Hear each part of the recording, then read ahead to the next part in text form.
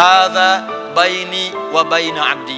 Inilah kata Allah yang kumaksud perjanjian antara aku dengan hambaku. Wali abdi ma sa'al.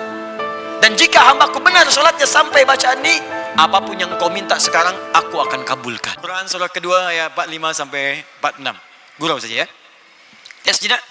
Wasta'inu. Perhatikan kalimatnya wasta'inu.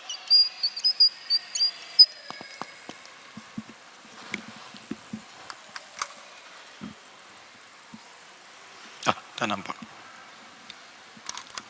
Wasta'inu. Dan jika kalian punya persoalan dalam kehidupan, maka mintakan solusi, minta tolong. Ini perintah Allah.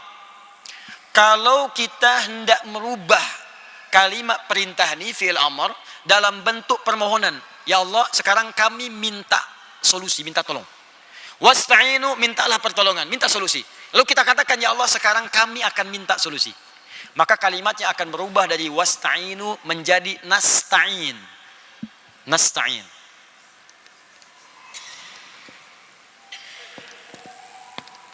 Nasta'in. Kalau kita katakan, ya Allah, kami minta solusi ini hanya kepada Engkau saja, tak ada yang lain. Kami yakin denganmu, Engkau yang berjanji, sekarang kami minta. Kalau kalimatnya hanya kepada Engkau saja, kami yakin, maka tambahkan kalimat iyyaka di depannya. Iyyaka nasta'in. Iyyaka. Perhatikan kalimat ini rahasianya. Kata Allah, bila kamu punya persoalan, punya masalah, punya problem dalam hidup, maka mintakan kemudian kepada Allah. Bagaimana caranya? Wassalah, dengan menunaikan solat.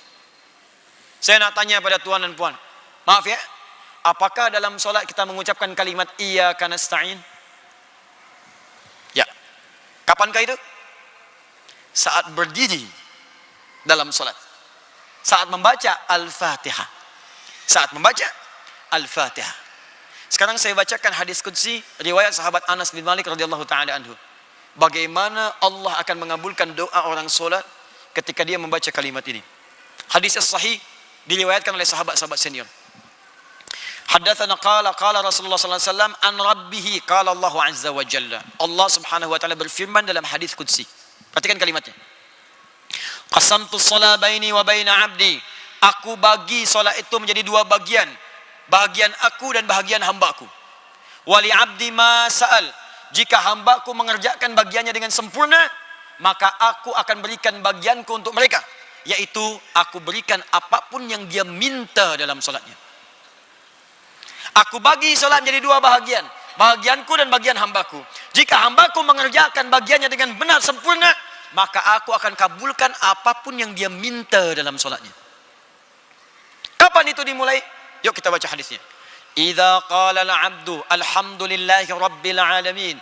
Jika hamba itu bermula solat dia membaca alhamdulillahi rabbil alamin, qala Allah azza wa jalla hamadani 'abdi, maka Allah akan menjawab seruannya itu dengan kalimat hamadani 'abdi, hambaku sedang memujiku.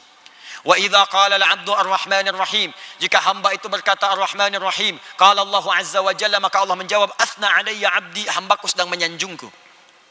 Wa idza qala al-'abdu maliki yaumiddin. Jika hamba berkata maliki yaumiddin, qala Allah azza wa jalla majjadani 'abdi, hambaku sedang mengagungkanku. Awas, kerana tu kalau sedang solat, rasakan kita ini ditatap oleh Allah. Tak mampu melihat, tapi rasakan kita dilihat. Dan rasakan dijawab setiap kalimat kita tu. Itu yang disebut ihsan namanya. Orangnya disebut muhsin.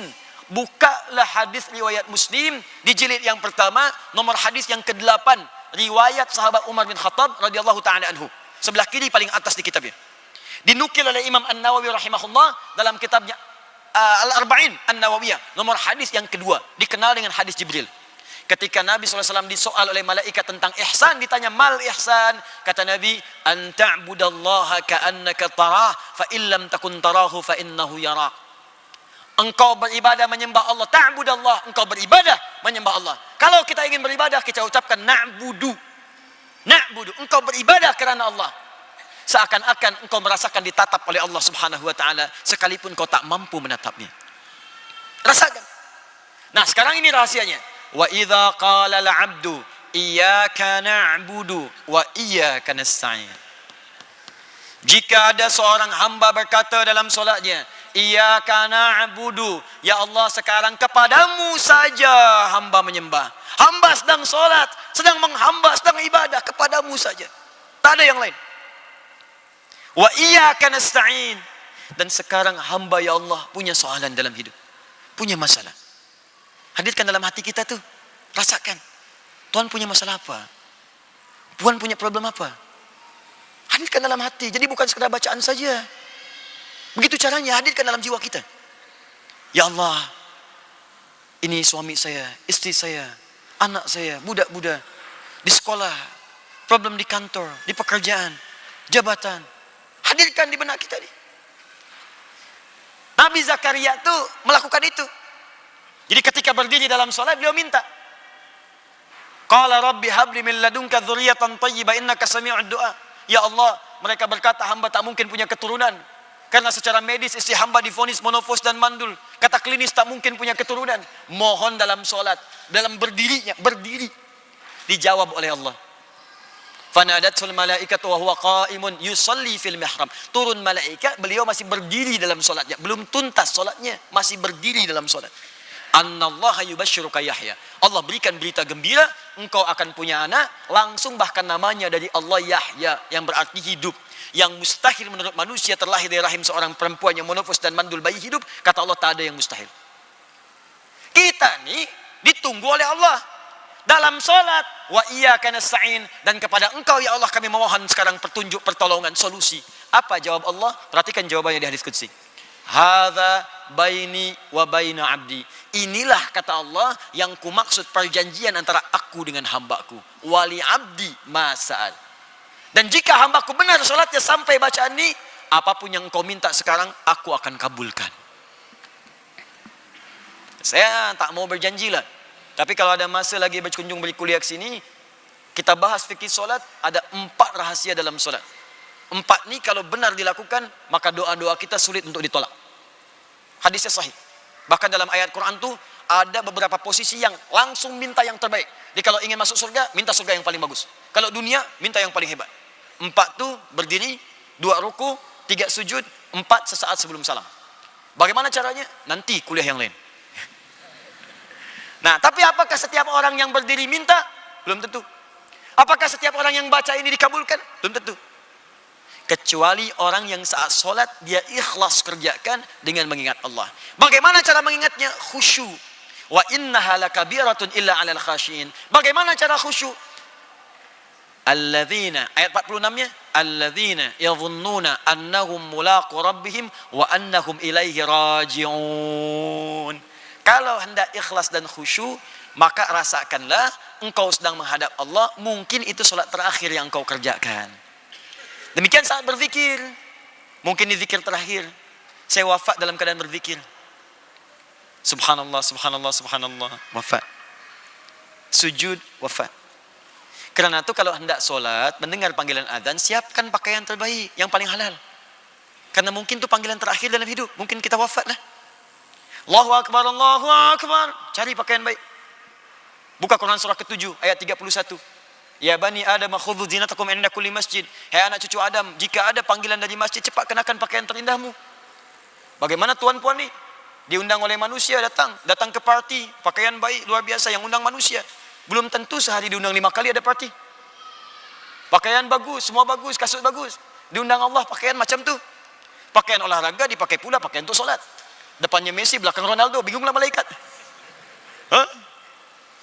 Bagaimana kita bisa mendapat rahmat? Pakai yang paling indah. Ya, terakhir saya punya kisah sedikit saja. Ada seorang perempuan tu di Qatar dulu. Ini soleha perempuan ini. Ini kisah nyata. Saya dapat riwayat dari orang fiqh. Jadi dia sangat dekat dengan Allah, dan dia tu begitu ikhlas menunaikan solat. Selalu teringat kalau ada panggilan Allah, cepat dia respon. Tibalah masa pernikahan dia. Saat dia sedang bersolek tu, berhias, berzina. Tertiba kemudian mau masuk isyak. Ibundanya datang. Ibunya berkata, kamu siap, kita akan perkenalkan kepada orang-orang yang datang ni, hadirin yang datang. Azan berkumandang. Dia berkata pada ibundanya, ma, hanal waqt, tiba waktu solat. Saya ingin solat dahulu, baru saya keluar. Apa kata ibundanya? Kamu nanti bisa kerjakan nanti. Sekarang kamu keluar dulu. Kalau kamu nanti sholat, kamu wudhu, hilanglah nanti semua hiasan tuh. Make upnya hilang semua. Kamu keluar dulu. Kata perempuan ini anaknya, hanal waqt, panggilan Allah sudah tiba. Aku malu kepada Allah. Allah yang berikan aku waktu, kesempatan untuk bisa menikah. Aku ingin bersyukur kepadanya. Ibundanya keluar dengan sangat ketus, dia keluar, ya sudahlah kamu kalau begitu, dia banting pintu, keluar. Maka dia berwudu. Wudu dengan sempurna, dengan khusyuk. Jatuhlah make up itu. Dia siap menunaikan solat. Khusyuk, enak. Ini kisah nyata, enak solat. Begitu dia sujud, lama dia sujud tuh, nikmat. Saking nikmatnya, lama, tak bangun lagi dia. Disitulah ternyata saat terakhir dia hidup. Ya ayyatuhan nafsul mutmainnah.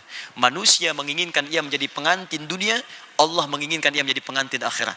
Manusia menginginkan ia berzina bersolek dengan make up dunia, Allah menginginkan dia bersolek dengan make up akhirat. Lepaskan tuh make up dunia, ganti dengan make up akhirat. Wudu. Insyaallah. Begitulah berzikir. Rasakan seakan-akan kita akan wafat. Indah.